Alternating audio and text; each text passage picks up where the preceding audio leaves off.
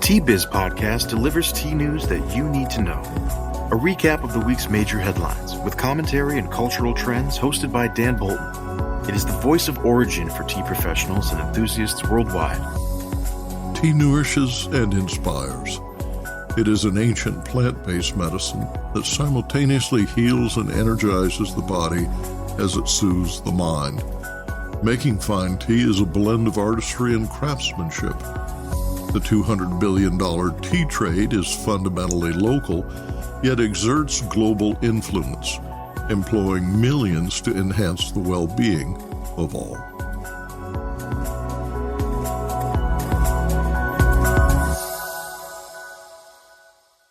Hello, everyone. Here are this week's headlines.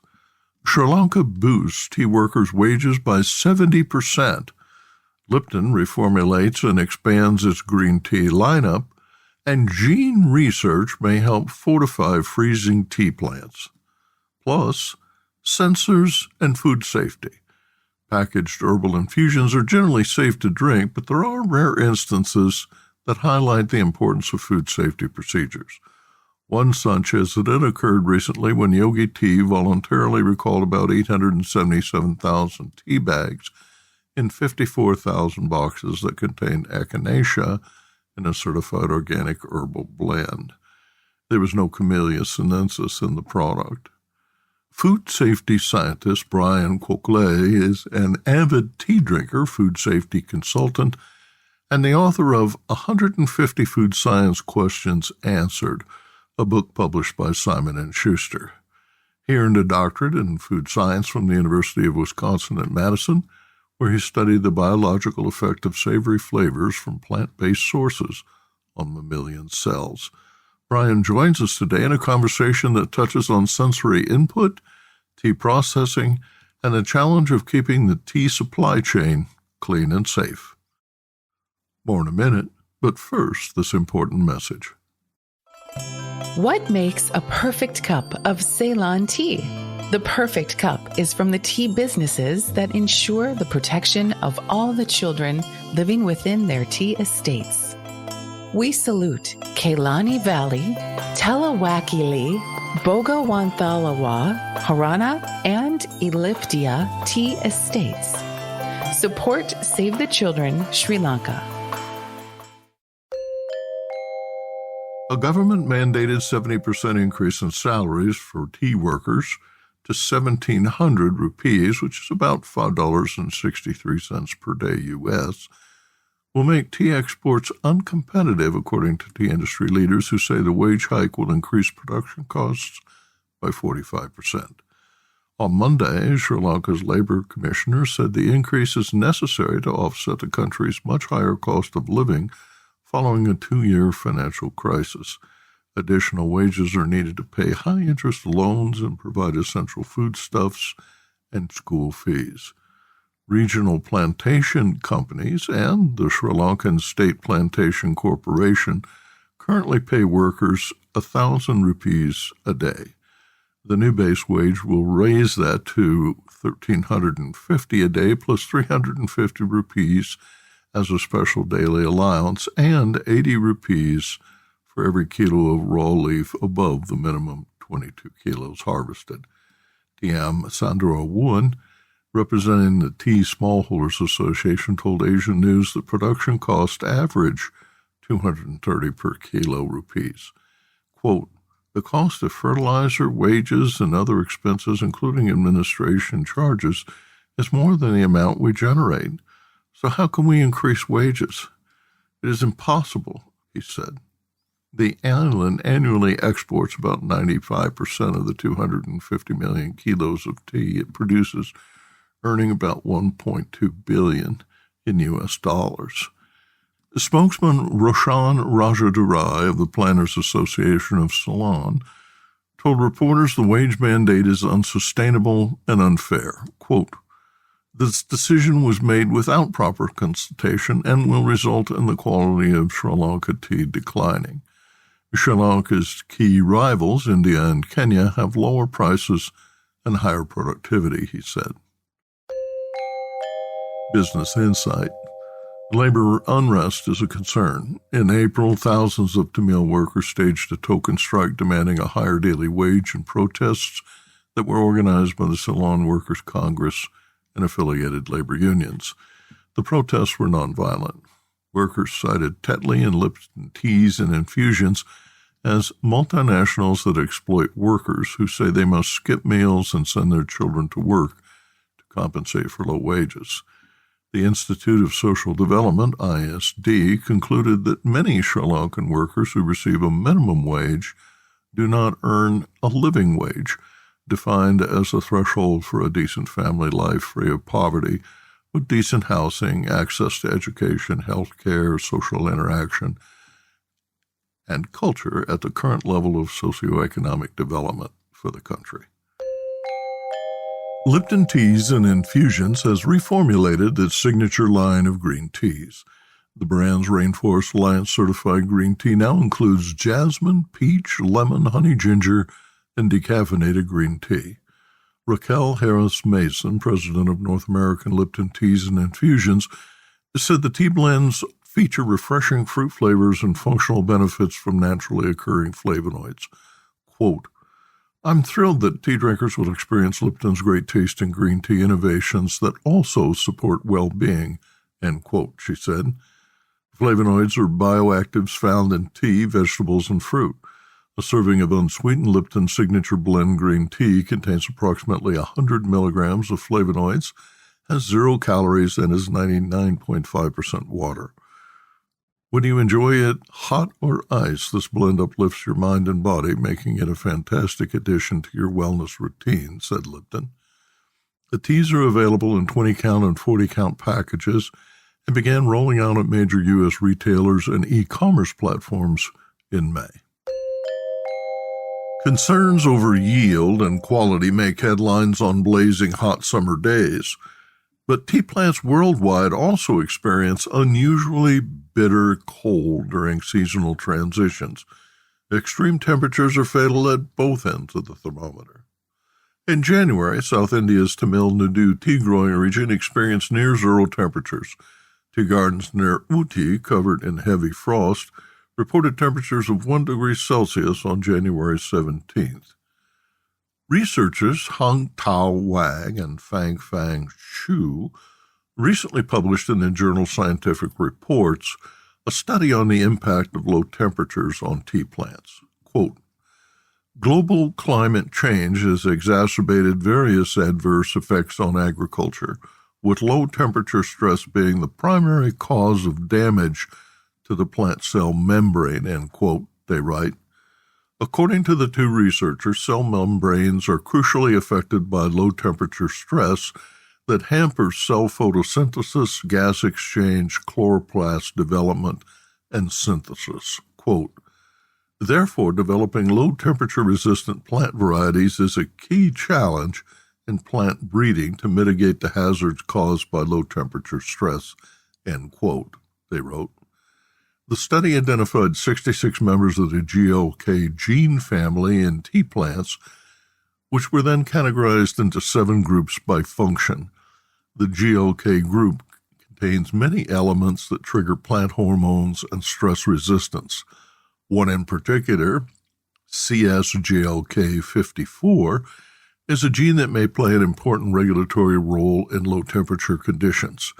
The study provides a foundation for further analysis of the mechanisms for regulating stress at low temperatures. Research on the GLK group has increased since 1998, when it was discovered as an important transcription factor in plant growth and development.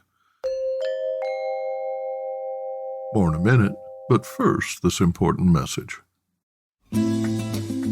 Hello, I'm Bogdan, a passionate tea drinker and the inventor of the ultimate tea machine, the Brew Maker 1. Preparation is key to making fine tea. Sequential steepings deliver the best taste possible and unlock the true value of whole leaf teas and botanicals. Brew automates that process without using any pots or capsules. This simple-to-operate, smartphone-controlled device stores steeping profiles to consistently make great tea at the push of a button. Brew also reduces time, waste, and energy. That's because I engineered the brew to remember control settings for temperature, brewing time, and quantity. Using my patented process lets you stack steeps simply and conveniently. Packaged herbal infusions are generally safe to drink, but there are rare instances that highlight the importance of food safety procedures. One such incident occurred recently when Yogi Tea voluntarily recalled about 877,000 tea bags and 54,000 boxes that contained echinacea in a certified organic herbal blend. There's no Camellia sinensis in the product. East West Tea Company, the owners of the Yogi brand, notified the Food and Drug Administration in March of test results that showed elevated levels of pesticide residues in concentrations, quote, above action levels, end quote. The company did not disclose the type or amounts of residue when asked. There are no reports of ill effect. Food safety scientist Bryan Quoc is an avid tea drinker, food safety consultant, and the author of 150 Food Science Questions Answered, published by Simon Schuster. He earned a doctorate in food science from the University of Wisconsin at Madison, where he studied the biological effect of savory flavors from plant-based sources on mammalian cells. Bryan joins us today in a conversation that touches on sensory input, tea processing, and the challenge of keeping the tea supply chain clean and safe.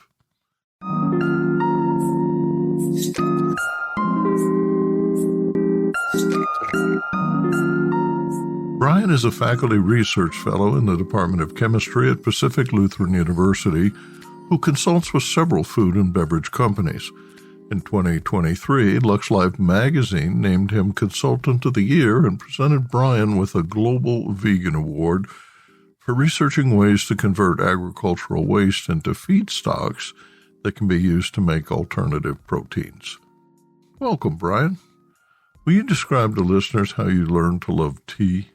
Historically, I've always had an interest in, herbs and teas and different ways to sort of ingest healthful compounds over time. And I've always loved drinking tea as a kid. I always fondly remember my mom brewing a cup of tea in the morning and then, we sharing that. So to me, even now, I share that love with my wife, who's more of a coffee drinker, I will say, but we definitely can agree on tea as sort of a place to meet in terms of, caffeinated drinks. There's just so many memories I have about tea and tea drinking. And, as I learn more and more as an amateur, there's different varieties, the processing steps, and a lot of the history, it continues to fascinate me. And there's just so much research and literature about tea. As a scientist, I can just kind of get locked down on, endless reading of papers. Let's start by asking, is tea safe to drink?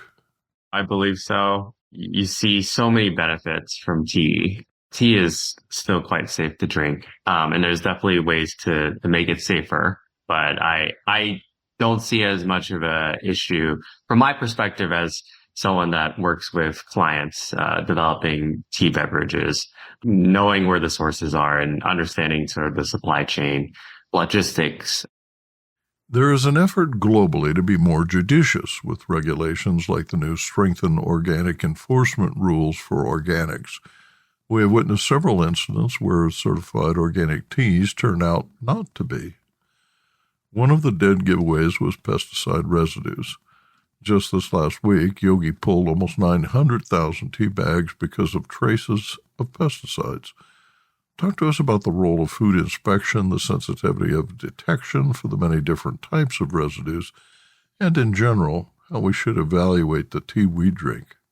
Ultimately, it can be challenging to sort of do batteries of tests over and over again. It's a function of cost, and you want to have good statistics as far as the batches that you're testing and in the batches that you're not testing, and hope that you're able to catch, these residues. I think for the most part, there's definitely levels and grades of testing. You can go all the way to the very high costs, high analytics, and, you're able to find and pinpoint pesticide residues, down to the 0.1 part per million.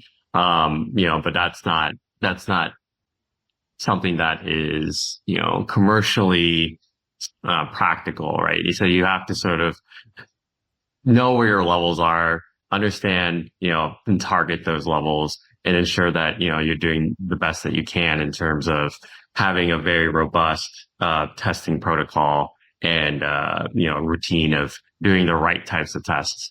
There's a lot of different types. There's even the immunoassays that are used to sort of evaluate pesticide residues. And, there's a lot of different chemical tests that can be applied, but it's just a matter of, choosing the highest priority pesticides that are most likely to be found on different varieties of the teas. I think that as a consumer, of course, pesticide residues are concerning. I think, to me, the food safety aspect of tea is that there's not really much to be concerned with as a downstream concern. I think there's a lot of levels and situations where people are able to track a lot of the major issues. And then as a consumer, for the most part, I think that the pesticide residues don't end up reaching to the level where a consumer is concerned.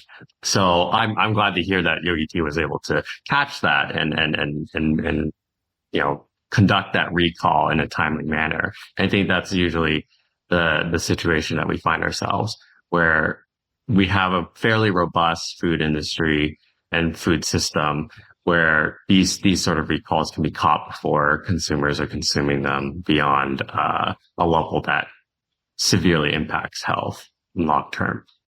I'm interested in the difference in accuracy between wet laboratory testing and the new AI-driven, cloud-based, portable spectroscopic analyzers. You can now take a sample of tea or coffee and put it in an analyzer or on a light table where sensors monitor reflectivity, density, and color. The internet-enabled devices immediately beam the data into a cloud, which matches it against accurately calibrated images to create profiles or fingerprints. These digital fingerprints are then downloaded into your laptop or cell phone 3 minutes later with statistically validated comparisons that enable you to comfortably say, oh, this tea, which is right in front of me, is fine because data points A, B, C, D, and E align. Not as reliable, perhaps, as a wet lab test, but is it good enough? To me, I think there's good enough, which is sort of a routine test that you do, on batches, on a weekly basis, and something like that is cost effective. But, there are always going to be errors. And I think a test is only as good as how it's developed. And, in these types of spectroscopy imaging technologies, they definitely aren't always perfect, and there's definitely range of accuracy and precision. So, having that and then coupling it with, more precise, more techniques that have better precision in terms of instrumentation, and then sort of the numbers in terms of the statistical relevance of them. Having that together is better than relying on one or the other, because one is just way too costly to do on a routine basis, whereas the other is not always accurate enough. So you kind of rely on the easier tests routinely, and then you kind of do like a spot check, one every 3 months, once a month, something along those lines, something that allows you to sort of catch the potential errors downstream. One interesting application is at a factory. The smallholders often bring in small quantities of tea, say 6 or 10 bags. If that tea's tainted, the entire batch, all 2,000 sacks of tea processed in the factory that day, will have a problem because of 6, 8, or 10 40-kilo sacks of raw leaves with too much pesticide poured on. Under discussion is a simple but effective test at the factory door. Say we're India, looking for one of 39 chemicals closely regulated by EU importers. Do a profile print test at the factory gate while weighing the tea. You know what chemicals are suspect, And if there is a trace, the factory will have avoided adding it to the export workflow. We're not talking about a high cost per test. We're talking about paying perhaps $100,000 for the most sensitive equipment. The cost of individual tests is insignificant. Purchasing cloud-based identification as a service for a monthly fee is a lower-cost option. Purchasing the equipment makes sense for larger factories servicing a cooperative of 4,000 to 5,000 smallholders or a Botley factory that processes 50 tons of tea a week. Oh gosh, I've definitely been trying to keep up with how these technologies work out. And I think one of the challenges is that at the end of the day, you're still working off of some kind of reference point with those technologies. They have to have something that is eventually a wet lab basis. And so I think in over time, as there's more data and more that those numbers get crunched, the accuracy will improve significantly. But that's more of like a, use by use case scenario where, every user has to sort of like input their information and that is used to sort of train the model. But there's definitely scenarios where an AI system, hallucinates or creates numbers out of thin air. And I think the key is, it's trusting, but verifying, as they say. And there's always going to be a need for wet lab basis testing just because you don't want to rely 100% on a complete, automated process, especially one that, can get so complex and become so bogged down by potential errors that propagate or something that, for whatever reason ends up giving you numbers that don't reflect reality.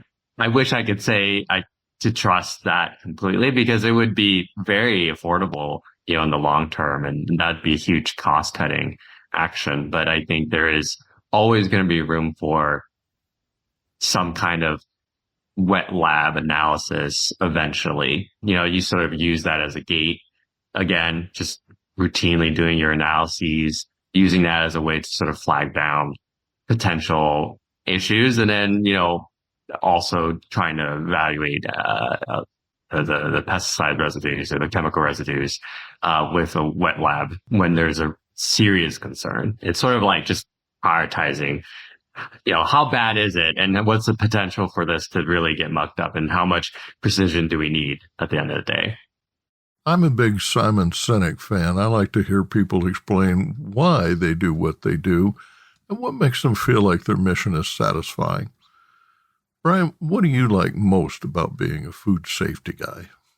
Yeah, I mean, it's an interesting story for me. I think it really starts with back in, after I graduated from college, I really didn't know what I wanted to do with my life. So I decided to take a year off and I ended up walking across the country, from California to Louisiana. So that was about 2,000 miles, about 6 months trip. And along the way, I really was trying to be very bare bones about it. And, I'd be eating oatmeal in the morning. I'd be, having trail mix and I'd be eating 3,000, 4,000 calories, but it was like eating cardboard every day. And I kept this whole idea of the food's safe, but it doesn't taste as good.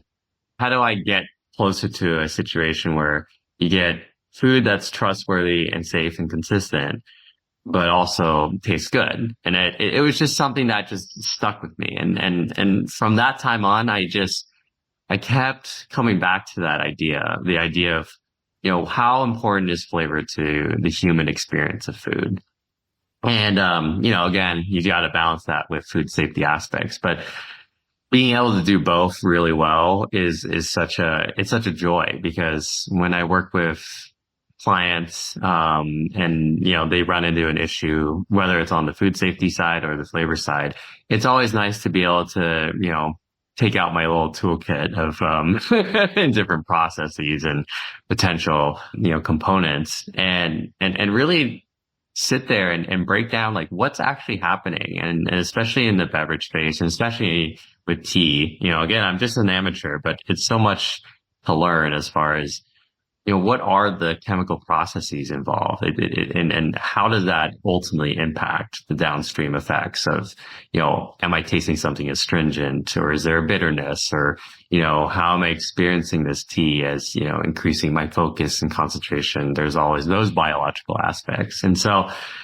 a lot of the big things right now for a lot of people who come to me are, energy drinks. But a lot of people want to move away from sort of the hard hitting Red Bull type drinks, or the monster drinks. And they're looking towards tea and concentrated forms of tea as sort of a clean label ingredient and product.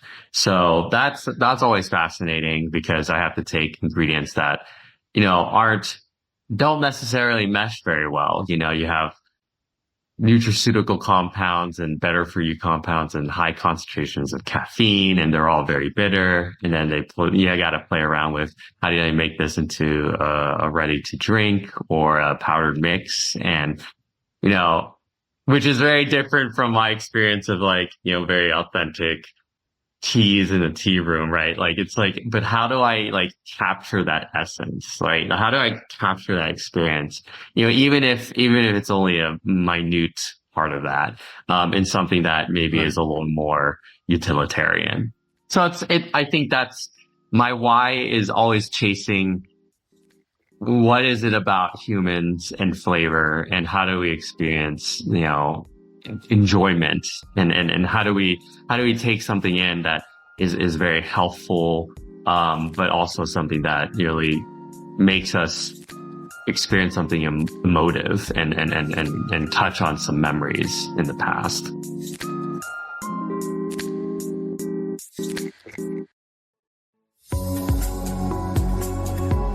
Intrigued by what you heard in today's podcast? Would you like to learn more from our global network of Tea Biz journalists and tea experts? Remember to visit the Tea Biz website for more comprehensive coverage. That's www.tea-biz.com.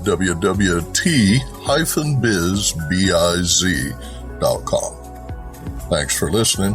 Farewell till next week.